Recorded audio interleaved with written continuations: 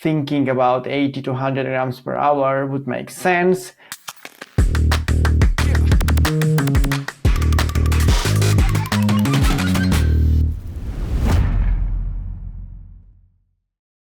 Yeah, running is a tough one.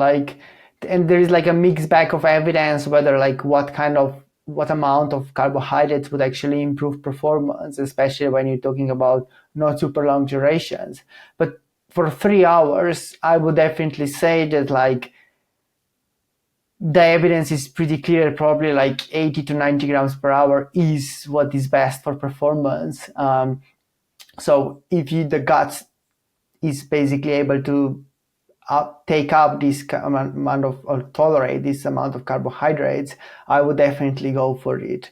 And then how the distribution and everything, like it's just like down to the personal preferences and also the weather. Because if it's hot, then you want to like kind of have more liquids and less concentrated forms of carbohydrates. If it's relatively cool, then concentrated carbs make more sense, but definitely try it out.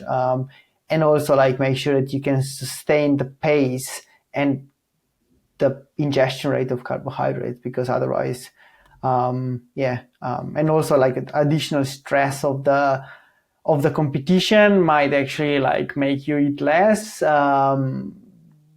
You're more likely to get GI issues, and so it's a really tough one. But definitely like thinking about 80 to 100 grams per hour would make sense.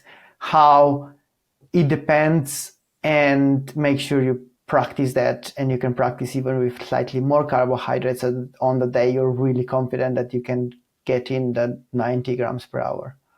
Yeah, I think from my perspective as well on that is very much about the logistics around how you do that. And this listener mentioned he uses 3 by 250 mil, which is some of that carbohydrate source. And experience of working with marathon runners is that it's quite variable in gastric distress, especially having liquids and the oscillation of running, which can cause problems. So long as you've practiced and you know at race pace and race environment, you can consume that.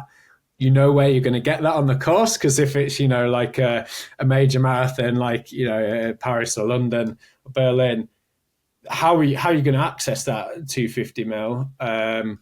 And like you also mentioned there, Tim, what's the weather? So if it is cold or it's too hot, you might end up wanting a bit more fluid or a little bit less fluid. So kind of segregating your carbohydrate intake to your fluid.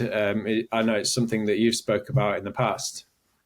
Yeah, it's a really tough one without knowing the specifics. Like it's about like the best advice I can give like is really to try it out and see what actually works, because usually like the idea people have is actually a pretty good one, because I see like the person knows the products, knows like initial plans, so just try it out and see. But the amount of like carbs this person is trying to kind of get in like makes sense. So it's just about making sure that it's achievable.